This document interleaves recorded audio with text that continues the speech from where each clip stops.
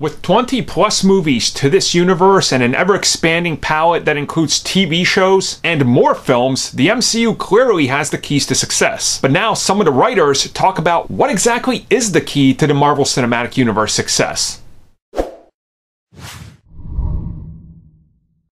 So Marcus and McFeely have been doing a good round of interviews talking about everything that they work on, and of course they always get asked about the MCU and the Avengers films, which of course they wrote. Now Deadline has a pretty extensive interview with them, and they ask them about the MCU and what makes that so successful. What is the secret key? And here's what they had to say. You can think of genres as amplifiers for a smaller human story. We want to tell these little stories about people. You can tell a tiny story about a dad and a daughter, and it has a certain amount of mileage. The dad puts on an Iron Man suit, and the range of not only eyes and ears you can reach goes up exponentially, but the stress you can put these stories under. One secret ingredient was establishing in the original 2008 Iron Man that Tony Stark confesses his secret identity. The MCU films that followed no longer had to deal with secret identities, though Spider-Man still kept his Peter Parker one until Far From Home. If they had decided to keep the idea that we had to keep that secret, now you're telling certain types of stories. We often think that the character's flaw is their strength. Captain America, Steve Rogers, for example, he's the guy that can do this all day. He is absolutely fixed in his opinion. He's Gary Cooper in many ways, but that gets him in trouble. He won't bend. He will sacrifice himself. So right there, that's pretty interesting, and I think if you look at the MCU and you reflect on it, you see that this is in fact true in how they handle it. It is the flaws of the characters that make them more interesting. Tony Stark, being the way he is, makes him interesting. If you look at Doctor Strange, for example,